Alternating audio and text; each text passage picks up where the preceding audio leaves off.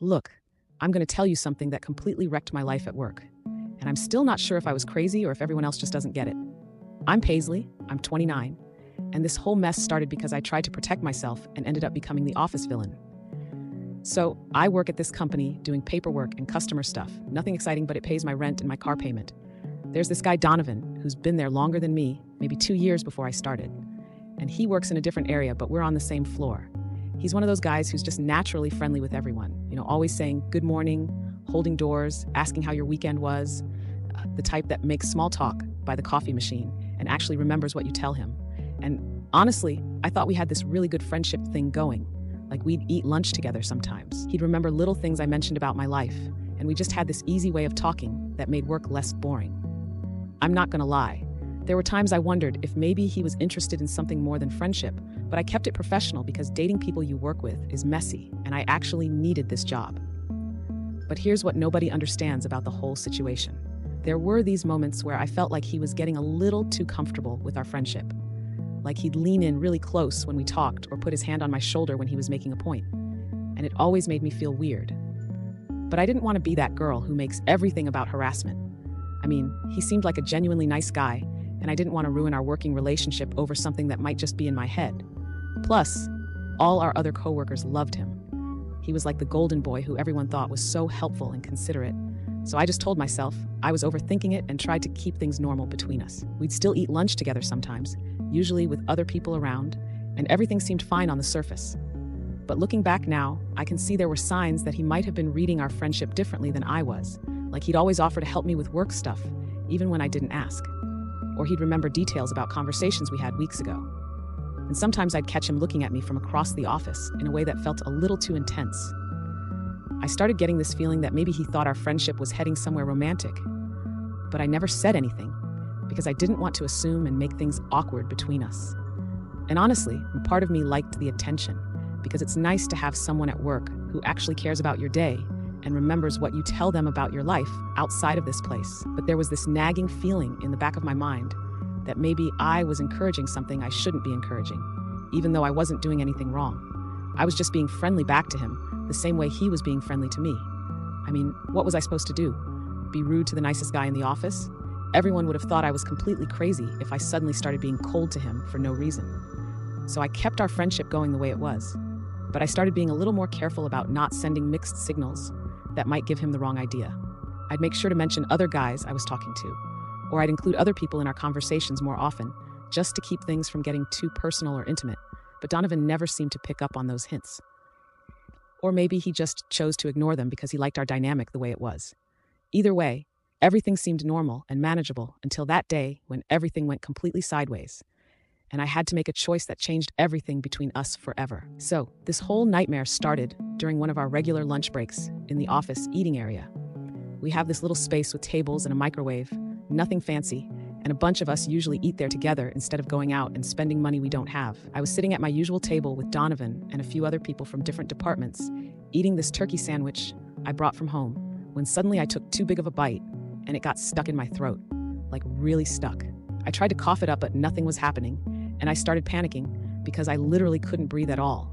I was making these weird choking sounds and grabbing at my throat, and everyone at the table just froze for a second because nobody knew what to do in that situation.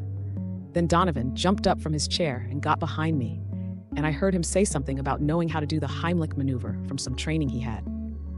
Now here's the thing that everyone keeps missing when they talk about what happened next. I was already feeling uncomfortable about how close we'd been getting lately, and suddenly he's pressed up against me from behind with his arms wrapped around me in this really intimate way. I know he was trying to save my life. I'm not stupid, but in that moment, when I was already scared and couldn't think straight, having him that close to me just felt wrong somehow. I could feel his whole body against mine, his chest against my back. And yeah, I could definitely feel other parts of him too, when he was doing those compressions on my stomach. I know it probably wasn't intentional. I know he was just trying to help me breathe again. But it felt invasive and uncomfortable in a way that I can't really explain to people who weren't there experiencing it. Like imagine you're already feeling weird about someone's boundaries with you, and then suddenly they're touching you in the most intimate way possible, even if it's for a good reason that everyone can see. The maneuver worked. Whatever was stuck came flying out and landed on the table, and I could breathe again. Everyone was cheering and clapping and saying what a hero Donovan was.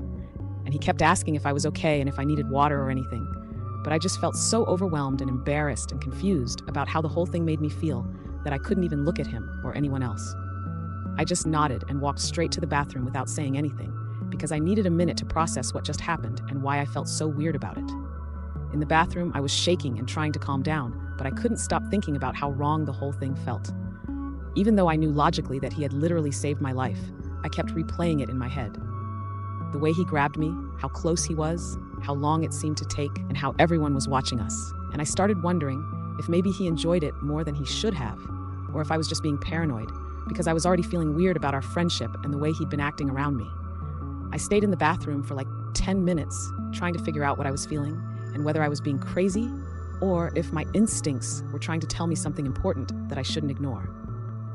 When I finally came back out, Donovan tried to check on me again, asking if I was sure I was okay, and if maybe I wanted to talk about what happened. But I just told him I was fine, and went back to my desk. I couldn't concentrate on work for the rest of the day, because I kept thinking about what happened, and whether I should say something to someone about how it made me feel, or if I should just let it go and pretend everything was normal. Part of me felt guilty for even questioning his motives when he literally saved my life, and everyone saw him do it. But another part of me felt like something about the whole situation was off in a way I couldn't ignore, no matter how much I wanted to. I went home that night and couldn't stop thinking about what happened during lunch. I kept replaying the whole thing over and over in my head, and the more I thought about it, the more uncomfortable and violated I felt about the whole experience. I called my sister to talk through it, because she's always been good at helping me figure out my feelings. And when I described how it felt to have Donovan pressed against me like that, she said it sounded like he might have taken advantage of the situation somehow. She pointed out that maybe a trained professional would have handled it differently, or that maybe he lingered longer than necessary, and suddenly all these doubts I was having started making more sense. She said that just because someone saves your life doesn't give them the right to make you feel uncomfortable, and that my feelings about what happened were valid, regardless of his intentions. I barely slept that night, because I kept wondering if I was overreacting to the whole thing, or if my gut feeling was trying to tell me something important that I needed to pay attention to. The next morning at work, I tried to act normal and go about my day like nothing had changed. But every time I saw Donovan, I felt weird and uncomfortable about it. He kept trying to check on me and make sure I was okay, which should have been sweet and caring, but it just felt like he was trying to get close to me again and create some kind of special bond between us because of what happened. During our morning break, he cornered me by the coffee machine and started talking about the incident, saying he was really glad he could help and asking if I wanted to talk about how I was feeling. The way he was standing so close to me and speaking in this low, intimate voice made me feel like he was trying to create some kind of romantic moment between us. And that's when I knew I had to do something to protect myself. I spent my lunch break thinking about the whole situation, and I realized that if I didn't speak up about how uncomfortable the whole thing made me feel, he might think what happened was okay, or worse, that I actually liked it and wanted more contact like that. I decided I needed to report it to HR, not because I wanted to get him in trouble or ruin his reputation, but because I needed to protect myself and make sure there was a record of what happened in case he tried anything else in the future. When I went to the HR office that afternoon, I was really nervous about how to explain the situation without sounding crazy. I told the woman there that during the choking incident, Donovan had been inappropriately close to me, and that I felt his private areas against my body in a way that made me really uncomfortable and violated. I explained that while I understood he was trying to help save my life, the way he did it felt invasive, and that I was concerned about his true intentions behind his actions. The HR representative asked me a bunch of questions about our previous interactions and whether I'd ever felt uncomfortable with him before this incident. And I told her about some of the things that had been bothering me, how he'd lean in too close when we talked, how he'd touch my shoulder unnecessarily, how he'd stare at me sometimes from across the office. When I laid it all out like that for someone else to hear, it really did sound like a pattern of inappropriate behavior that was building up to something more serious. She took detailed notes and said they'd have to do a full investigation, which meant talking to witnesses and getting Donovan's side of the story. I asked her to keep it as confidential as possible because I didn't want to become office gossip or have everyone talking about me. But she said they had to follow their standard procedures for these types of complaints.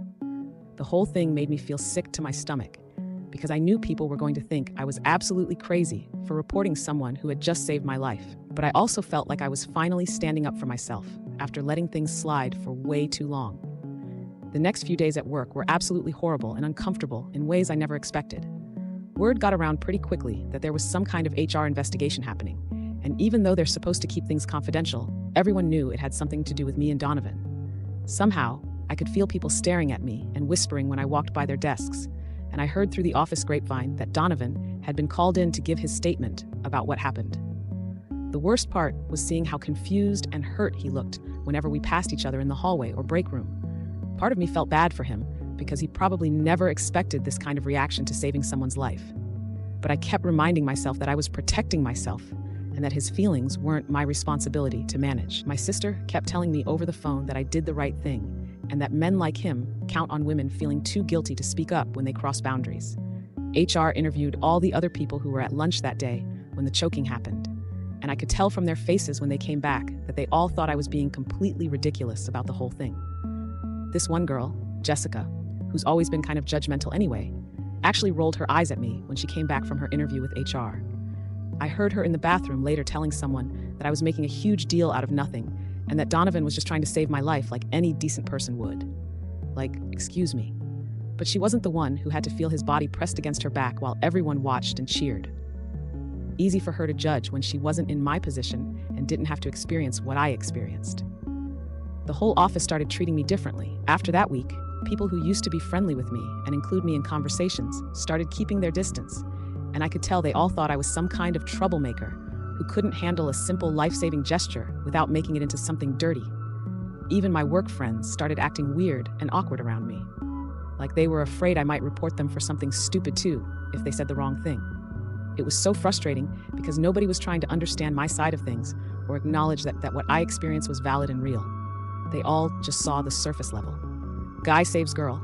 Girl reports guy, without thinking about all the context and the uncomfortable history between us that led up to this moment. Meanwhile, Donovan was getting treated like some kind of martyr by everyone in the office. People kept talking about how unfair it was that he was being investigated for doing a good deed. And I heard someone say they hoped he wouldn't get in trouble for being a gentleman and helping a coworker. I wanted to scream because being a gentleman doesn't mean pressing your body against someone longer than necessary or creating weird intimate moments afterward when you're supposedly just being helpful. But I couldn't say any of that without looking like even more of a villain in everyone's eyes. After about a week of investigation and interviews, HR called me back in and said they weren't finding any evidence of intentional inappropriate behavior on Donovan's part, but they were going to have a conversation with him about workplace boundaries and appropriate contact. They also suggested that maybe I should consider requesting a transfer to a different floor if I felt uncomfortable continuing to work in close proximity to him every day. I couldn't believe they were basically suggesting that I should be the one to move and change my work situation when I was supposed to be the victim in this whole thing. But I could tell they just wanted the whole incident to go away quietly without any more drama. After the HR investigation wrapped up with basically no consequences for anyone, things got so much worse instead of better, like I thought they would. Donovan went from being this friendly, chatty guy who always made time to talk to me and ask about my day to treating me like I literally didn't exist in the same building as him. And I'm not talking about just being a little distant or awkward. I'm talking about full-on ignoring me, like I was completely invisible to him. If I walked into the break room and he was already there getting coffee or heating up his lunch, he'd immediately finish whatever he was doing and leave without even acknowledging that I'd entered the room. If we ended up in the elevator together by accident, he'd stare at the floor or his phone the entire time, like I wasn't even standing right next to him. The few times I tried to say something normal like, "Good morning," or "How's your day going?" he'd give me this blank, cold stare and either not respond at all or just nod slightly before walking away as fast as possible. It was honestly more uncomfortable and hurtful than when I thought he was being too friendly with me, because at least then he was treating me like a human being who deserved basic respect. Now I felt like a ghost wandering around the office that nobody could see or hear. What made the whole situation even worse was that everyone else started following his lead in how they treated me. Since Donovan was so well liked by everyone and they all thought I'd wronged him somehow by reporting him, they started treating me the same cold way he was. People who used to include me in lunch plans and after-work happy hours stopped inviting me to anything. Conversations would literally stop when I walked up to a group of coworkers who were talking and laughing together. I'd overhear people making plans for weekend activities or birthday parties, but nobody ever asked if I wanted to join anymore. Even people I thought were my friends, it was like I'd been completely blacklisted from the entire social circle at work, just because I stood up for myself and reported something that made me uncomfortable. The isolation was starting to really get to me mentally, and I began to wonder if maybe I'd overreacted to the whole choking situation and blown everything out of proportion. I found myself analyzing everything that happened over and over again, questioning whether I'd misinterpreted Donovan's actions or turned something innocent into something sinister in my head. Maybe he really was just trying to save my life in the most effective way he knew how, and I'd turned it into something sexual when it wasn't meant to be that way at all. Maybe all those other times when I felt uncomfortable with his behavior were just in my head, and he was genuinely being friendly without any ulterior motives or inappropriate intentions. The doubt was eating away at me every single day, especially when I had to sit alone at lunch watching him laugh and joke with everyone else, like nothing had ever happened between us. I tried talking to Jessica one day to see if maybe she could help bridge the gap between me and everyone else, or at least explain to people that I wasn't trying to be malicious. But she just shrugged and said that maybe I should have thought about the consequences before I threw Donovan under the bus for no good reason. She said everyone thought it was pretty messed up that I'd try to ruin a good guy's reputation over something so innocent and heroic, and that if I wanted things to go back to normal, I should probably apologize to him publicly and admit I was wrong.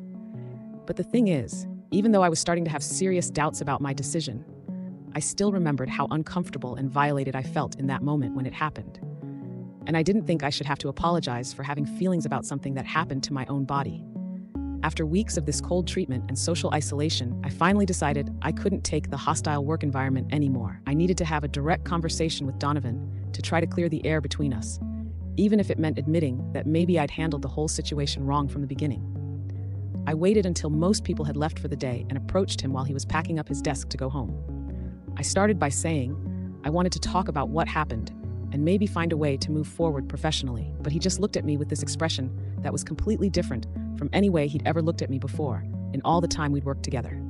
It wasn't angry exactly, but it was cold and distant and final in a way that made me realize he wasn't the same person I thought I knew before all this happened. He told me very calmly and matter-of-factly that he understood I had to do what I felt was right at the time, but that he also had to protect himself now from any future accusations or problems. He said that after being accused of inappropriate behavior for literally saving someone's life, he couldn't risk having any kind of personal relationship with me ever again because he never knew when I might decide that something else he did was wrong or inappropriate. The way he said it was so final and definitive, like he'd already written me off completely as a person, and there was absolutely nothing I could say to change his mind or repair the damage. I tried to explain that I never meant for things to go as far as they did, that I was just confused and scared after what happened, and maybe I overreacted, but he cut me off and said it didn't matter what I meant because the damage to his reputation was already done. He said that from now on he'd only interact with me when it was absolutely necessary for work purposes. And even then, he'd make sure there were always witnesses around, so there couldn't be any misunderstandings about his behavior or intentions. Then he said something that really stung and made me feel terrible. He told me that he'd learned a valuable lesson about being careful who you try to help, and that next time someone was in trouble or danger, he'd think twice before getting involved, because you never know how people might twist your good intentions. The way he said it made me feel like I'd not only ruined our friendship and my work relationships, but potentially put other people at risk, because now he'd be hesitant to help anyone in an emergency situation. As I walked back to my desk feeling defeated, I realized that everything had completely backfired on me. Instead of protecting myself and setting appropriate boundaries like I thought I was doing, I'd ended up more isolated and uncomfortable than I'd ever been before. I'd lost the one person at work who actually seemed to care about me as a person. I'd made enemies out of people who used to be friendly with me, and I'd created this toxic environment where everyone saw me as the villain in the story, instead of someone who was just trying to protect herself. And the worst part was that now I wasn't even sure I'd been right to report him in the first place. Maybe my sister was wrong in her advice. Maybe I'd completely overreacted to the situation. Maybe I destroyed a genuinely good person's reputation over absolutely nothing. Over the next few months, things never got any better at all. Donovan kept his word about only interacting with me in a professional capacity, and even then, he'd send emails instead of talking to me in person whenever it was possible to avoid face-to-face contact. The other coworkers continued to freeze me out of social activities and treat me like I had some kind of contagious disease. And I eventually started eating lunch alone in my car just to avoid the awkward tension and hostile looks in the cafeteria. I applied for transfers to other departments within the company, but somehow word about the HR incident had spread throughout the building, and nobody wanted to deal with the drama and potential liability of having me on their team. Eventually, I realized I had to start looking for a completely new job because the work environment had become so hostile and uncomfortable that I dreaded coming in every single day. And you know what the really messed up part of this whole thing is? I found out later through office gossip that Donovan had been promoted to a supervisor position in his department, and everyone was talking about how well-deserved it was because he was such a stand-up guy who always looked out for his coworkers and did the right thing.